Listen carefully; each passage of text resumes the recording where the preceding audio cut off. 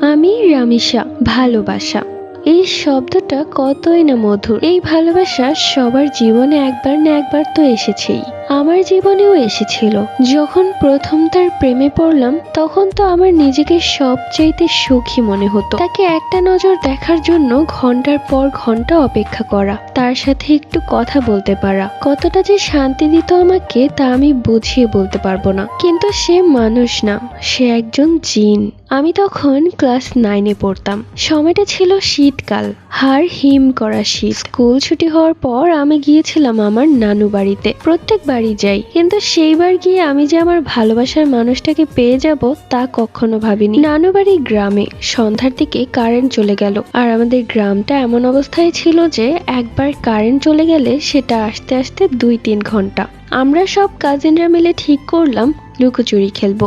আমার কাজিন বুশরা চোর পড়লো, তাই আমরা সবাই যার যার মতো লুকিয়ে পড়লাম। নানু বাড়ির পেছনে অনেক বড় একটা আম বাগান আছে, তো আমি এক পর্যায়ে দৌড়াতে দৌড়াতে সেই আম বাগানে চলে গেলাম। ছোট থেকেই আমার অত একটা ভয় ডর ছিলই না, আমি সব সময় সাহসী ছিলাম। সেই আম বাগানে গিয়ে অনেক বড় একটা আম গাছের পেছনে গিয়ে লুকিয়ে পড়লাম। হঠাৎই মনে হলো বুশরা আমাকে খোঁজার জন্য এই দিকটাই আসছে, তাই আমিও গুটিসুটি হয়ে দাঁড়িয়ে আছি, কোনোভাবে যেন আমাকে না দেখে। হঠাৎ করে কারো হাসির শব্দে আমার গায়ের লোম দাঁড়িয়ে গেল।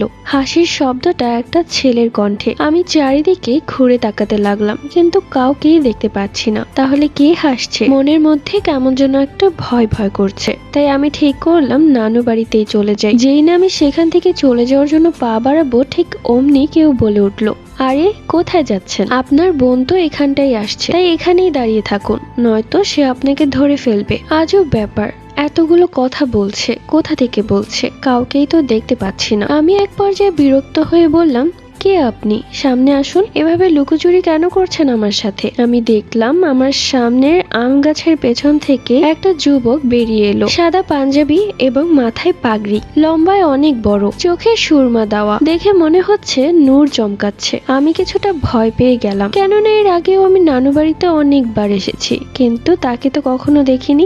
এক পর্যায়ে আমি তাকে বললাম, কে আপনি? সে তখন একটা মুচকি হাসি দিয়ে বলল, আমাকে আপনি চিনবেন না, কিন্তু আমি আপনাকে চিনি। আমার নাম সিফরাত। সিফরাত? এটা আবার কেমন নাম? কোনো মানুষের নাম এরকম হয় জানতাম না তো। তখন সে আবারও হাসি দিয়ে বলল, কে বলেছে আমি মানুষ? আমি তো একজন জিন। আমি প্রথমে ভেবেছিলাম সে আমার সাথে মজা করছে, আমাকে ভয় দেখানোর জন্য, কিন্তু মুহূর্তের মাঝে সে আমাকে বলল, কি হয়েছে, বিশ্বাস হচ্ছে না? এরপর সে আমার সামনেই এক লাফে অনেক বড় একটা আম গাছের ডালে গিয়ে বসল, যেটা দেখে আমি অজ্ঞান হয়ে সেখানেই পড়ে গেলাম।